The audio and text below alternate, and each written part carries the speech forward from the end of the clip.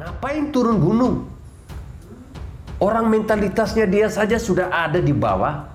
Lukas NMB ini adalah sosok gubernur yang diketahui diduga mengalirkan uang 500-an miliar ke kasino di luar negeri, teman-teman.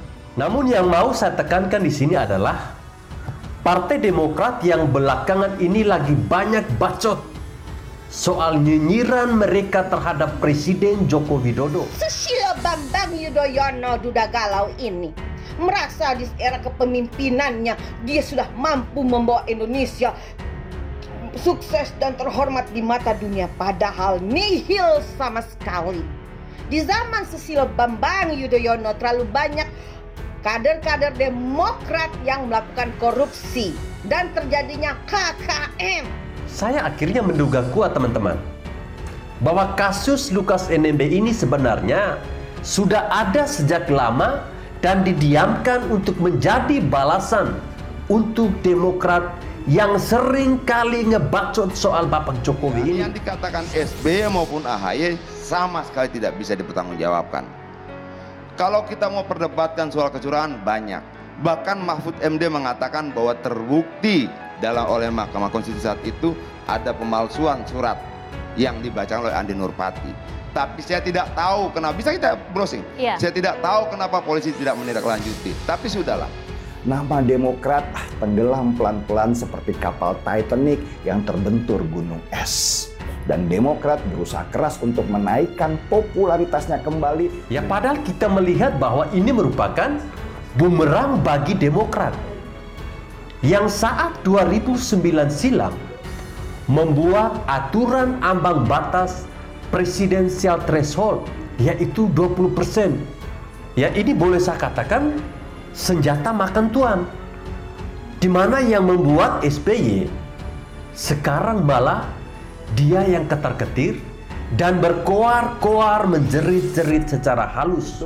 Demokrat tanpa sadar malah membongkar dalamannya sendiri bahwa mereka adalah orang-orang yang penuh ambisi dan intrik. Ceritanya semakin jelek dan mudah ditebak. Dan pelan-pelan kursi bioskop pun ditinggalkan orang karena mereka ngantuk nonton film Demokrat yang mirip dengan sinetron Azab Indosiar.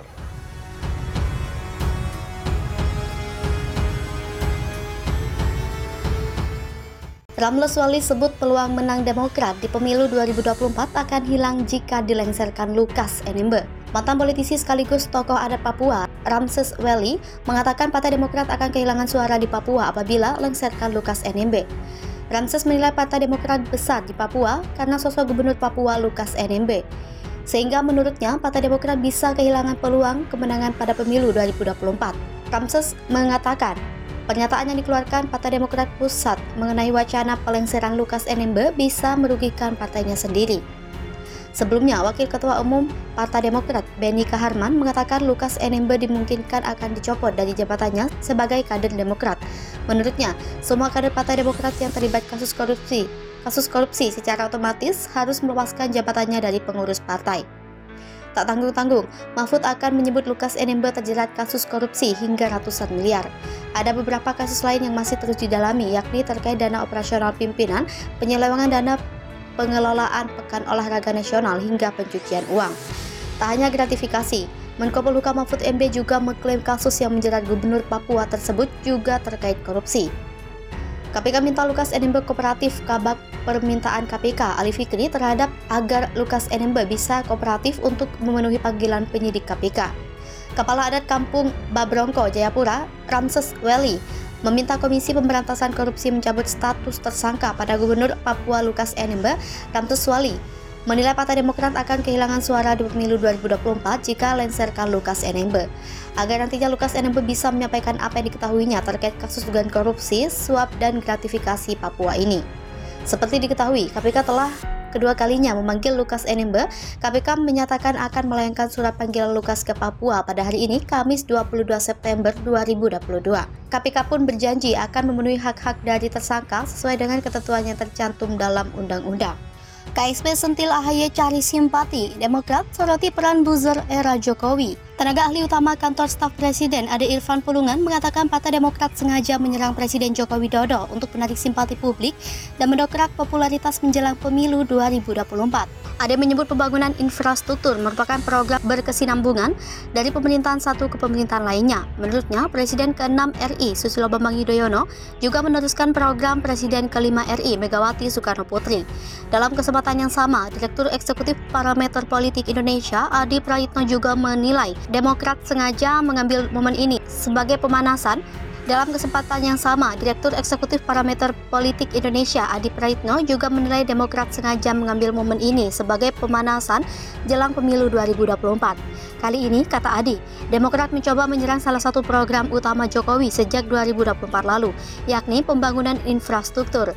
Adi menyayangkan langkah itu lantaran mayoritas rakyat tidak mempedulikan capaian pemerintah sebelumnya. Rakyat menurutnya akan memilih calon pemimpin yang memiliki figur sederhana dan suka memberikan bantuan sosial.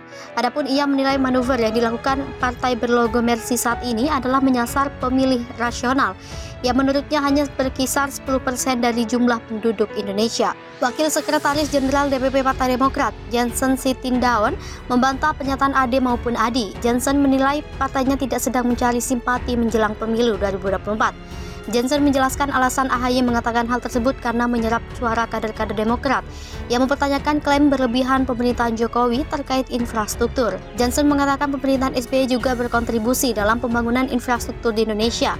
Ia mencontohkan pembangunan Waduk Jati Gede, Jawa Barat yang sudah berjalan sejak 2007 atau saat SBY berkuasa. Menurutnya, Waduk Jati Gede akhirnya diresmikan pada tahun 2015 lalu atau 8 bulan usai Jokowi dilantik menjadi orang nomor 1 di Indonesia. Jansen menyebut tidak masuk akal dalam rentang waktu 8 bulan mampu merampungkan proyek waduk dengan luas lahan mencapai 4.900 hektar. Jansen kemudian menyinggung jembatan Soekarno yang diresmikan oleh Jokowi pada Mei 2015 lalu. Lalu jembatan Merah Putih di Ambon pada April 2016 hingga tol Cipali pada Juni 2015. Dalam kesempatan yang sama, anggota DPR dari fraksi PDIP, Adian Napitupulu, menambah sejumlah pernyataan yang disampaikan Jansen. Adian menyebut Waduk Jati Gede sudah mulai proses relokasi sejak tahun 1982 dan dilanjutkan desain pembangunan pada 1988. Adian juga mengoreksi pernyataan Jansen yang menyebut tol Cipali merupakan tol terpanjang di Indonesia. Ia menyebut tol terpanjang saat ini adalah tol Terbanggi Besar Matang Panggang Kayu Agung, yakni mencapai 189,4 km.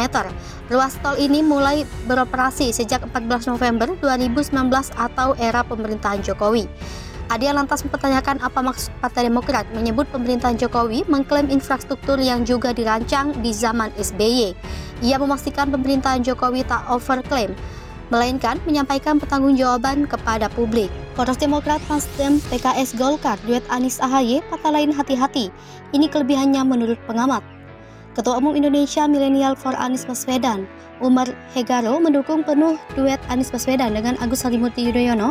Pasalnya, pertemuan Gubernur DKI Jakarta dan Ketua Umum Partai Demokrat itu memperkuat prediksi kabar duet keduanya.